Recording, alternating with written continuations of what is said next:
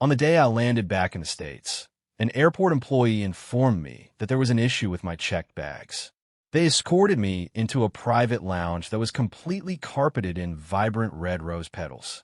Ava shyly held out her hand before pressing a diamond ring into my palm, her eyes shimmering with affection and hope.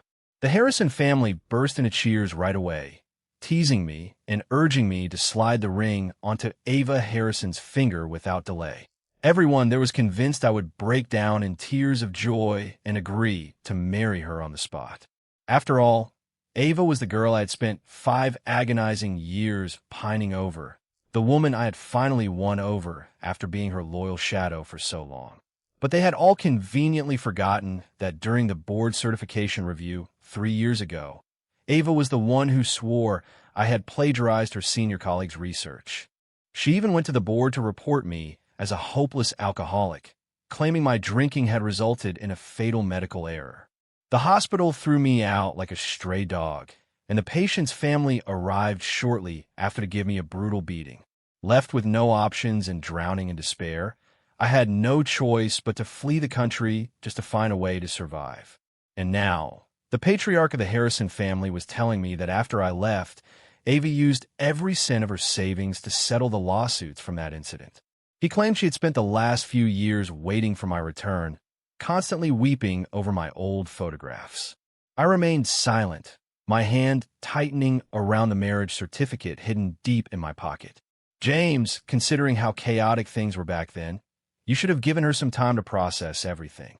Why did you have to run off in such a blind rage? James, you left without a word, and Ava Harrison hasn't had a peaceful meal or a full night's sleep since. She worked herself to the bone trying to find you, practically turning the entire city of New York upside down.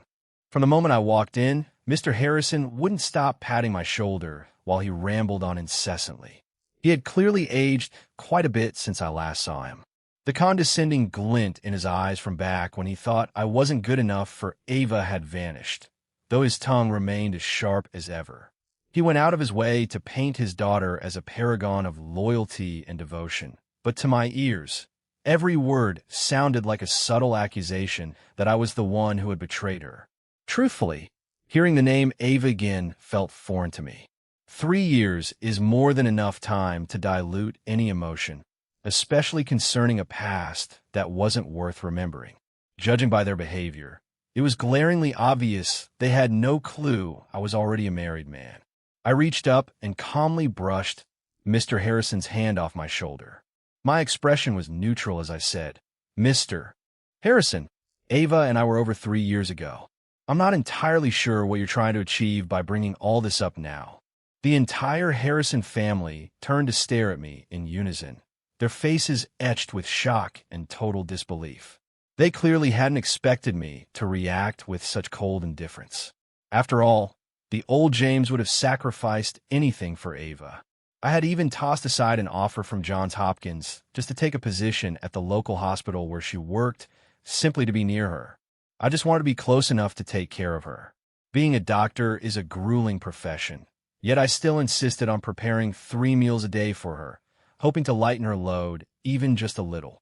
I volunteered for every one of her surgical shifts that I could manage, even though I would often emerge from the OR with my legs shaking from sheer exhaustion.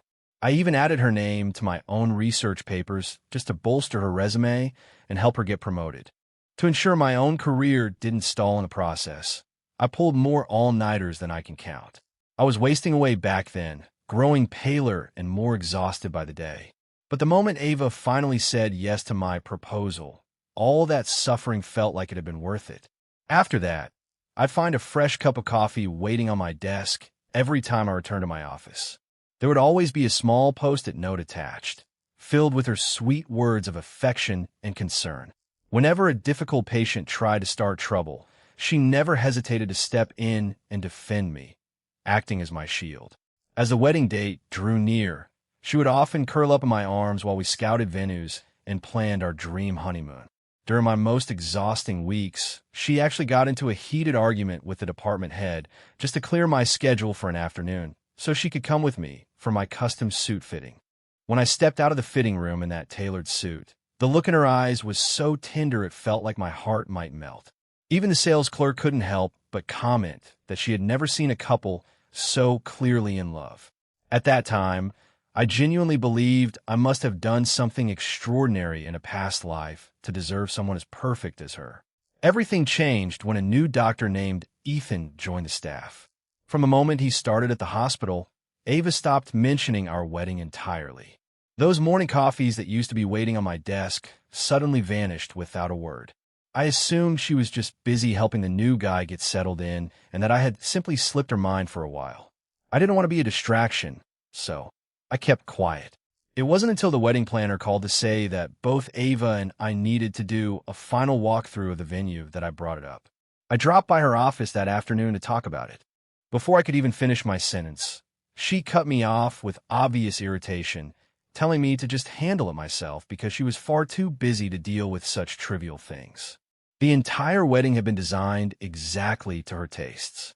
I showed up for the appointment alone, and as I walked in, the manager handed me 2 separate contracts. One contract had my name on it, but the other belonged to Ethan. The bride's name on both documents was identical, Ava Harrison. My palms went cold as I gripped the papers, and I tried to convince myself it was just a coincidence. I told myself there had to be another Ava Harrison in the city. But when I got back to the hospital, I saw my colleagues walking around with small bags of wedding favors. A crowd had gathered around Ethan, loudly congratulating him on his recent marriage. Ava was leaning against the hallway wall nearby, her face flushed and her expression shy as she gazed adoringly at the man in the center of the room. In that moment, it felt like a scalpel had been driven into my chest. The pain was so sharp I could barely catch my breath. She looked over and noticed my bloodshot eyes, but I saw no guilt or sympathy in her expression. She simply said, "The paperwork is already done." I looked at the crowd and then thrust the 2 contracts toward her. "Which wedding are you referring to? The one with me or the one with Ethan?" Ava's brow furrowed at my question. "We can talk about this at home," she said. "I'll explain everything then. Everyone is celebrating right now, so please don't make a scene." I actually let out a short, bitter laugh. Making a scene? Ruining the mood?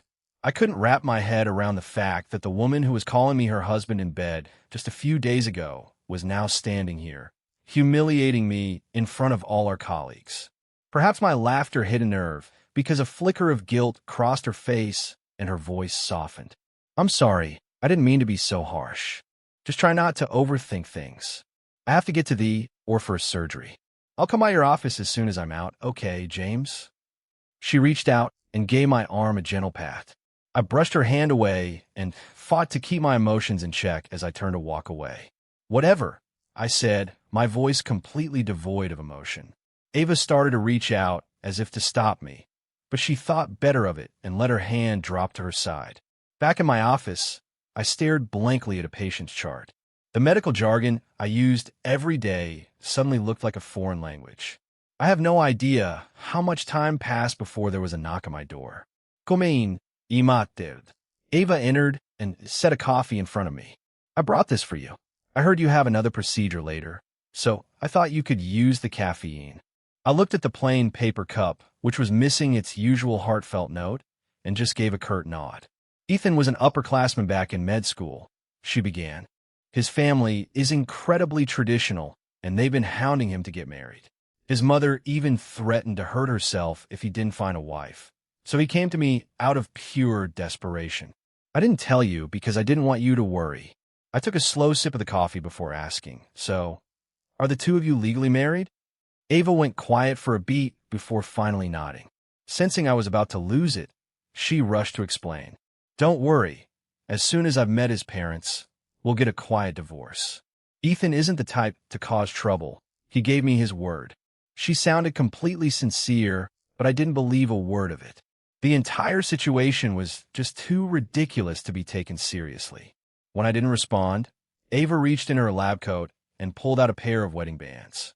She looked me straight in the eye and said, "Believe me, James, you're the only one for me. I know I've been unfair to you lately. Once this is over, we'll have a wedding that's even bigger and better than what we planned, okay?" Before I could even open my mouth to protest, she took my hand and slid the ring onto my finger.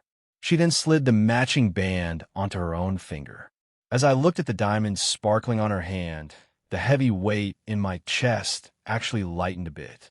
I tried to tell myself that maybe she really was just doing a friend a massive favor. But as the days went by, that ring never appeared on her finger again. Whenever I brought it up, she had a perfect excuse ready. She was in and out of surgery all day and couldn't wear jewelry. Meanwhile, she and Ethan were starting to act exactly like a married couple. Whether they were in meetings, their offices, the hallways, or even just grabbing lunch, they were always together. The entire staff started referring to them as the hospital's power couple. Behind my back, people started calling me the jilted ex. The gossip was that I had always been nothing more than Ava's pathetic lapdog. I was just about to have a real talk with her when Ethan decided to pay me a visit. He walked toward me with his hands in his pockets and a smug grin on his face, his every step designed to get under my skin. "Dr. James, Ava is my wife now. I think it's time you stop following her around," he said. "She told me everything. She said the only reason she was ever with you was because you were so desperate and wouldn't leave her alone. At the end of the day, a relationship built on pity never lasts. If I were in your shoes, I'd have the dignity to just resign and walk away." I clenched my fists so hard my nails were drawing blood, but I kept my face neutral. "Ethan, I'm not going anywhere. And since you aren't my boss, you don't have the authority to tell me otherwise." He just laughed, pulling his hands from his pockets and crossing his arms over his chest in a show of arrogance. "Is that right? Well, let's just wait and see how you eventually get escorted out of this building." I didn't bother responding. I just stepped to the side and let him pass without a word. That evening, I told Ava exactly what Ethan had said to me. Instead of being concerned, she flew into a rage and turned it back on me. "I told you I'd divorce him as soon as this was over," she snapped. "Why do you keep bad-mouthing him? Why would you make up such a ridiculous story just to mess with me? And honestly, why would Ethan care if you resigned? If anyone around here is trying to push someone out, it's probably you. James, can you just stop being so difficult? I'm trying to focus on my career. If you can't be supportive like you used to be, fine, but at least stay out of my way." I hung up without another word. I took off the ring and tossed it into the back of my desk drawer. Ava was right about one thing. It was time to focus on myself. My personal life could take a back seat for a while. I had spent the last 4 years putting her career ahead of mine while my own professional growth stalled. I decided then and there to pour all my energy into my upcoming board evaluations and research papers. In the weeks that followed, neither of us reached out. When we passed each other in the hospital, we didn't even acknowledge one another. We were strangers sharing the same workspace, barely qualifying as colleagues anymore. On the day of the review, the department head slammed my file onto the desk, his face flushed with anger. My research paper was identical to Ethan's, word for word. I remained calm despite the accusations. I knew my work was superior to Ethan's in every way, but it was clear that no one in the room was on my side. They started showing me their phones. Apparently, Ethan had been posting regular updates about his progress on Facebook for weeks. My colleagues thought they had witnessed him writing the paper from scratch. A barrage of insults and mockery followed. I looked through the crowd and found Ava standing at the back. She immediately looked away, refusing to meet my eyes. That was all the confirmation I needed. She was the only person in the world who knew my computer password, which happened to be her birthday. The situation was painfully clear. The department had announced my immediate demotion, but I barely heard him. I pushed through the crowd and walked straight up to Ava. I forced her to look at me and asked slowly, "Ava, do you really believe I plagiarized that paper?" I saw the flicker of hesitation in her eyes, but she bit her lip and whispered, "Yes." I gave a quiet, bitter laugh and let her go. My eyes burned with the pain, so intense it felt like they might actually bleed. Ava tried to call after me, her voice trembling slightly, but I didn't slow down. I walked straight out of the room and didn't look back. From that day forward, I was a pariah. No one wanted to be associated with a thief or a pathetic ex. I didn't let my anger show. I just buried myself in my work, moving between my office and like a machine that didn't know how to stop. I figured I could eventually outrun the emotions and work my way back up the ladder. But then, the department head threw a formal complaint on my desk. The letter was slammed down in front of me with enough force to make me jump. It was an anonymous report claiming I had performed surgery while intoxicated, resulting in a severe medical error. I felt like I was losing my mind. The words were in English, but they didn't make any sense to me. "Sir, there's been a mistake," I said. "That patient had a pre-existing heart condition. They were already in critical condition when they arrived." The department head didn't respond. He just signaled for a witness to enter. It was the anesthesiologist from that surgery, who also happened to be one of Ethan's old friends from college. "Sir, he's close with Ethan. We've had issues in the past. This is clearly a setup." "That's enough." A voice interrupted. Ava walked through the door, her eyes filled with nothing but pure disgust and disappointment. "Don't talk to me about conflicts," Ava said. "It's obvious you've just been holding a grudge against Ethan, James. I knew you were jealous of him, but I never thought you'd sink this low. Do you have any idea how serious these allegations are? I never imagined you would be reckless enough to gamble with a patient's life. A man like you doesn't deserve to be a doctor, and you certainly don't deserve to be my husband." I stood there in shock, my throat tight as if it were filled with needles. "So that's what you think of me?" I finally managed to ask. "You really think I'd kill a patient just to settle a score?" Ava's breath hitched, her eyes turning cold. "Isn't it obvious?" I saw the fridge. It was packed with alcohol. That one sentence was the final nail in my coffin.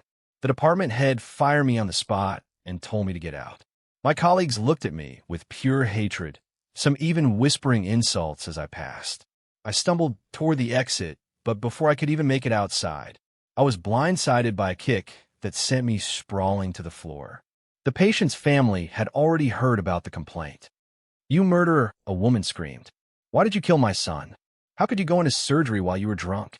She kept kicking me while I was down, and then she started slapping me across the face. My vision was blurring, but I could still see Ava standing near the reception desk. She just gave me a cold, indifferent look before turning her back on me and stepping into the elevator. Security eventually pulled her off me, but the damage was done. My wrist was badly injured, and while I wouldn't lose the hand, my days of performing delicate surgeries were over.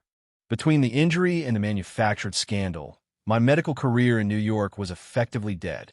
The constant harassment and death threats finally drove me to leave the country. As I was waiting to board my flight, a text popped up on my phone. "What's the ring doing in the drawer? Are you still acting like a child?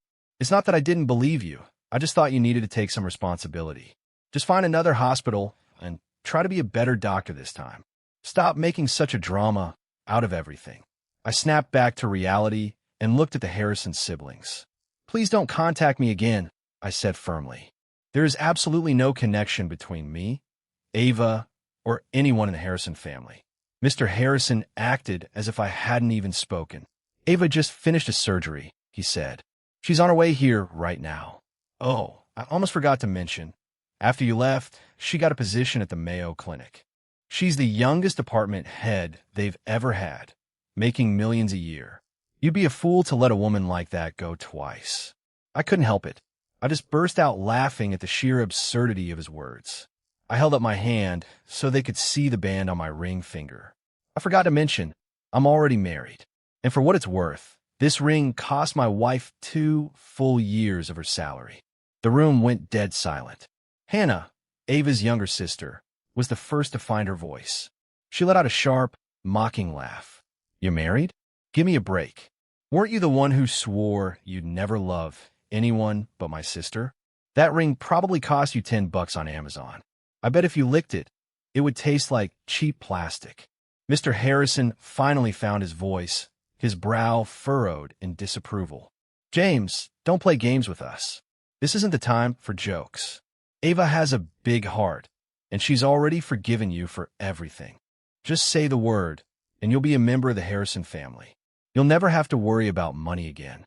To be honest, if Ava wasn't so obsessed with you, I wouldn't even be considering you as a son-in-law." His words were meant to sting, but I felt nothing. I just checked my watch and realized that my Ava should be arriving any minute now. I needed to get out of here. Given her high profile, she shouldn't be seen hanging around an airport lounge. Seeing me check the time, they just sneered. Still acting? We know you're just dying for my sister to walk through that door. God, the thought of having you as a brother-in-law is exhausting, one of them muttered. I still wish she'd stayed with Ethan. I have no idea why she ever divorced someone as successful as him. Hannah crossed her arms and glared at me. The look in her eyes was identical to the one Ethan used to give me. It made sense why they were such good friends. But none of that mattered to me anymore. Sorry, I have somewhere else to be. Have a good evening. As I turned to leave, I saw a familiar figure standing in the doorway, frozen. It was Ava Harrison. She was still in her lab coat, which was flecked with blood. She must have come straight from surgery. She had lost a lot of weight over the years. It was clear that the last 3 years hadn't been as kind to her as her father claimed. Ava let go of the door handle and reached out with a trembling hand, as if she wanted to touch my face. She was as hesitant as if she were touching fragile glass. James, I've missed you so much. I lightly brushed her hand aside, my voice distant but polite. It's been a long time. The faint glimmer of hope in her eyes died instantly. Tears began to well up as her voice shook. Why are you being like this? Are you still angry about what happened? I shook my head, my patience wearing thin. What would I even blame you for? Giving my research to Ethan? At the mention of his name, a look of panic crossed her face. James, I know I shouldn't have done that, but I was only trying to help you. Ethan told me you were drinking before your surgeries. He said if I didn't give him the paper, he'd go to the police. I only did it to. I let out another dry laugh. I see. You were helping me? What exactly was I doing that required your help? You should have let him go to the police. At least then, I wouldn't have been professionally destroyed by someone as blind as you. Don't bother apologizing. I have no interest in hearing it. Justice that comes 3 years too late is meaningless. I'm not the same man I was back then. 3 years is plenty of time to let go of both love and hate. She looked lost, clearly failing to understand what I was saying. I didn't feel like explaining myself further and headed for the door, but she grabbed my arm. The old injury in my wrist flared up in pain. This can't be how it ends, Ava choked out.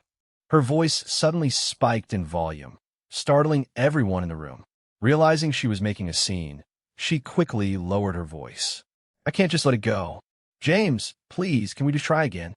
She pulled a ring box from her pocket. The diamond inside was massive, far larger than the one from 3 years ago. I only stopped wearing the ring because of my work in the OR.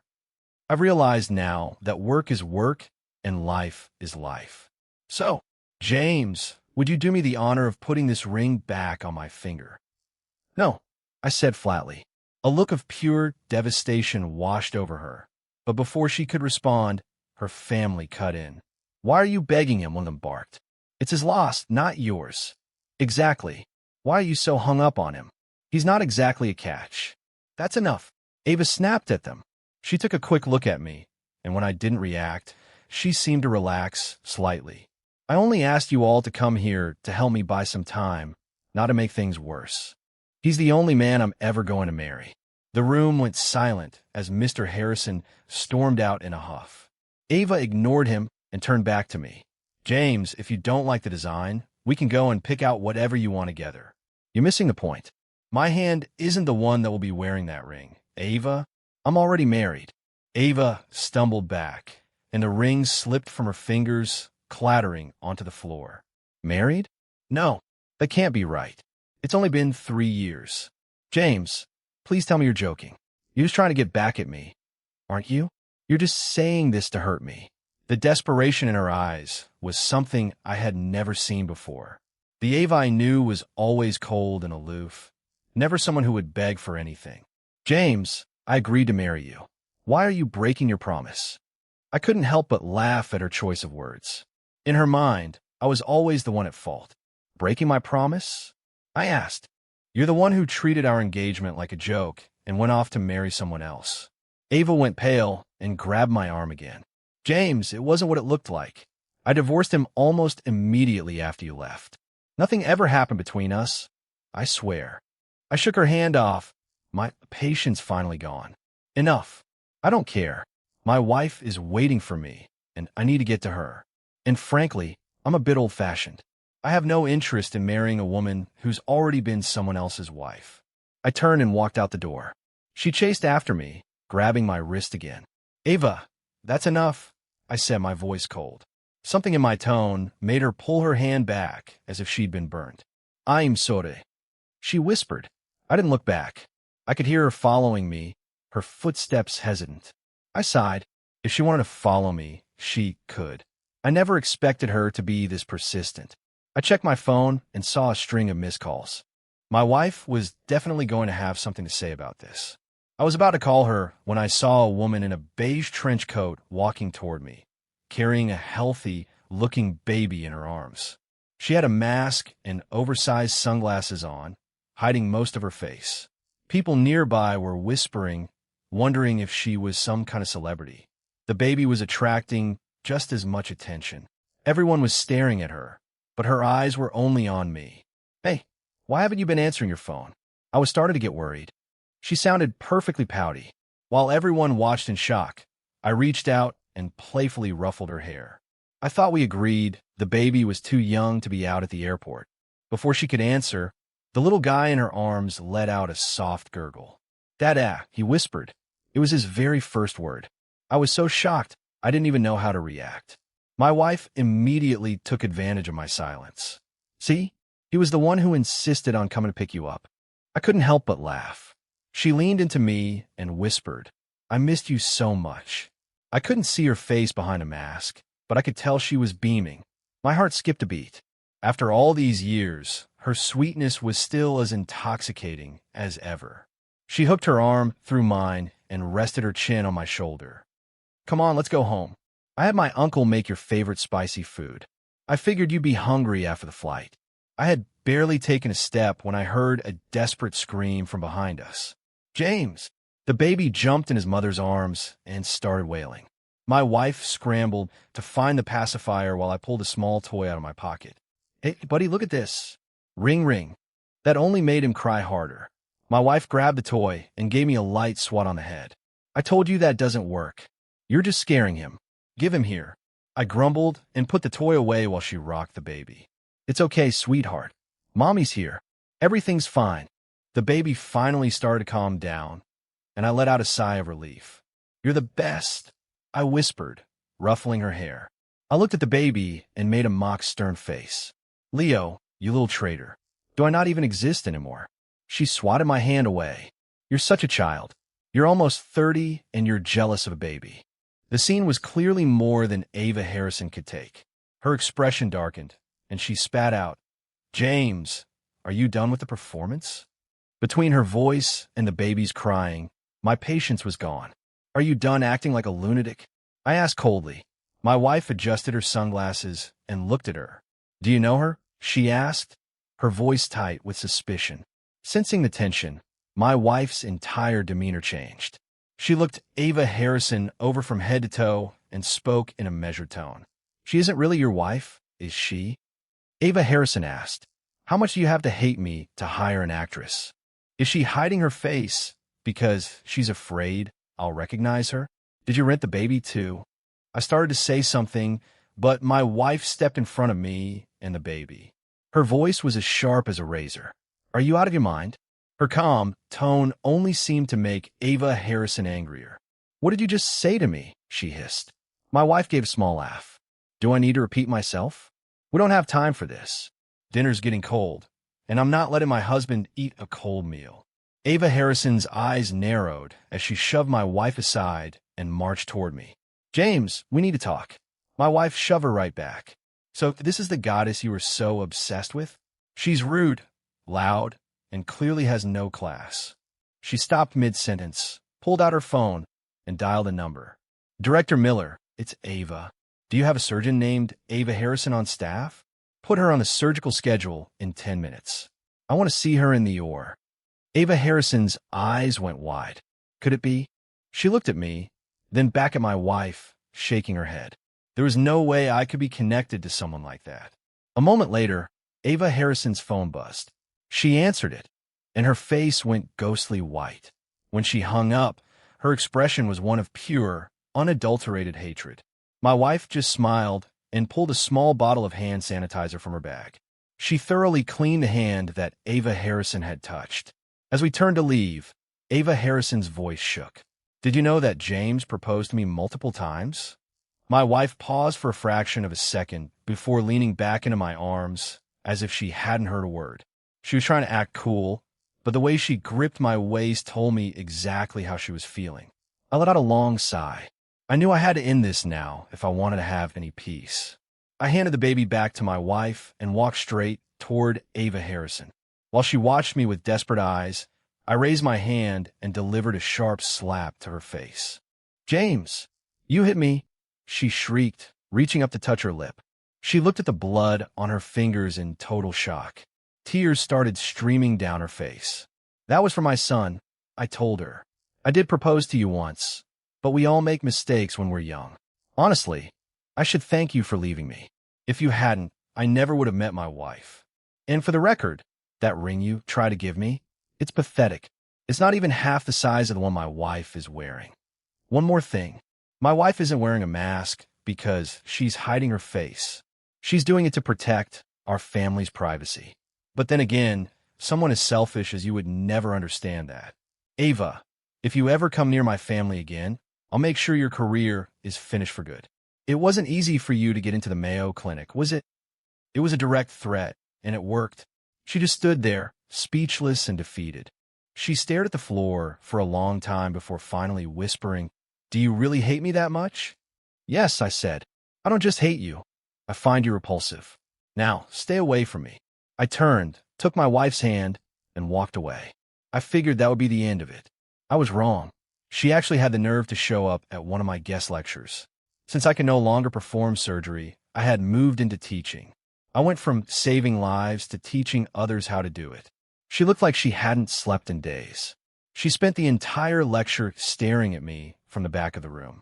When the lecture was over and the room had cleared out, she started walking down the stairs toward me. Every step she took just made me angrier. "What are you doing here, Ava?" I asked. She stopped and looked at me with those guilty eyes. "I just want to know, why aren't you practicing medicine anymore?" I let out a harsh laugh and held up my right hand. "Have you forgotten? You told me to go and think about what I'd done. This is the result." She stumbled back, shaking her head. "No, that can't be right. I didn't mean for this to happen. I thought you were a man. I didn't think a few hits would be a big deal." Her thoughts had cost me my entire career. It took me years to get over what happened. I spent 2 years on antidepressants just to keep my head above water. Thinking about it now only filled me with disgust. "Ava, if you don't want another slap, you'll leave now." She froze. "James, I'm so sorry. I came here today to apologize. After what you said the other day, I went back and talked to the anesthesiologist. She admitted that Ethan had coached her on what to say. I'm so sorry. I had no idea. Her apologies meant nothing to me. You seem to have forgotten the second half of what I said." I told her. "I told you that justice that comes this late is worthless. Did you really think an apology would fix my hand?" She stared at the ugly scar on my wrist, tears welling in her eyes again. "James, please. Just one more chance. You said it yourself. We all make mistakes when we're young. Ethan lied to me. He was so charming back in school. I never thought he'd be capable of something like this." I slapped her again. "Ava, if you were able to find the truth now, why couldn't you do it then? Was it that you couldn't, or that you just didn't care enough to try?" She shook her head, her hand tight on my arm. "I just remembered all the alcohol in the fridge. You never used to drink. And then suddenly you were, Ava, I only started drinking because of what you were doing to me." She just stared at me, confused. I shoved her hand away. "I was drinking because my heart was broken. Every single one of those bottles was because of you." I picked up my bag and headed for the door. I heard her collapse to the floor behind me. She was hysterical now. "James, I love you. I really do. You have no idea what these last 3 years have been like for me. Every second without you has been torture. I missed you so much. I didn't even look back." "Did you ever actually love Ethan?" I asked. I didn't throw that ring away because I was angry or because it was small. I threw it away because it was too big. It wouldn't have stayed on my finger even if I wanted it to. You're smart enough to know exactly what I mean by that. Now, leave me alone. My threat still stands." I walked out and didn't look back, even as her screams echoed down the hallway behind me. I knew exactly what kind of state she was in. As I walked out of the building, I saw a familiar Ferrari waiting for me. I got in, but the mood in the car was tense. "Hey, what's up?" I asked my wife. She was staring straight ahead. "I saw her coming here. She was bothering you again, wasn't she?" "Yeah," I admitted. She seemed taken aback for a second. "And what did she have to say for herself this time?" "The usual. She wants me to forgive her and marry her." My wife let out a scoff. "She really needs some new material." "And what did you say?" she asked, her grip tightening on the wheel. I could see how tense she was, and it made me smile. "I told her I'd think about it," I teased. Her head snapped toward me. "You did what?" Her eyes went cold. "I'm sorry, what did you just say?" "I said I love you, Ava. You're the only one for me. If you hadn't found me back then, I don't know where I'd be right now. You're the one who showed me what it really means to be." Before I could finish, she leaned over and kissed me. When we finally broke apart, she was blushing. "You talk too much," she murmured. "I asked for a sentence, and you gave me a lecture. Since when did you get so romantic?" She was trying to act tough, but I could tell she had been worried. I knew she'd been on edge ever since she saw Ava Harrison. She even started reading those cheesy romance novels about long-lost exes. It was actually kind of adorable. "What are you thinking about?" she asked. "I'm thinking about the beautiful woman in front of me." "I don't believe you." "Prove it." She reached into the glove compartment and pulled out a box of condoms. "Use these, and maybe I'll believe you." I felt my face turn bright red. "Not here," I whispered. "What's wrong with the car?" she asked with a grin. "We're in our own driveway." I didn't argue. Ava Harrison never bothered me again after that. I don't know if she finally got the message or if she was actually scared of my threat. Either way, I was finally at peace. I eventually heard she was seeing a therapist. She also apparently spent a fortune on a private investigator to find Ethan. I didn't care about the details, but I did hear that Ethan had been hospitalized after a brutal assault. I didn't ask any questions. As long as she stayed away from me, her life was none of my business. On my birthday 3 months later, I found a cup of coffee and a small cupcake left on my doorstep. There was a heart-shaped note attached to the cup that said, "Happy birthday. I hope you find happiness." I crumpled the note and the packaging into a ball and tossed it into the trash. Then I went inside to be with my family. That coffee in the trash was the final closure of a dead relationship. Love that comes too late is worthless. Ava Harrison hadn't just destroyed my heart. She had destroyed my dream of being a surgeon. The greatest tragedy isn't losing someone. It's pushing away the one person who truly loved you. My refusal to forgive her wasn't about revenge.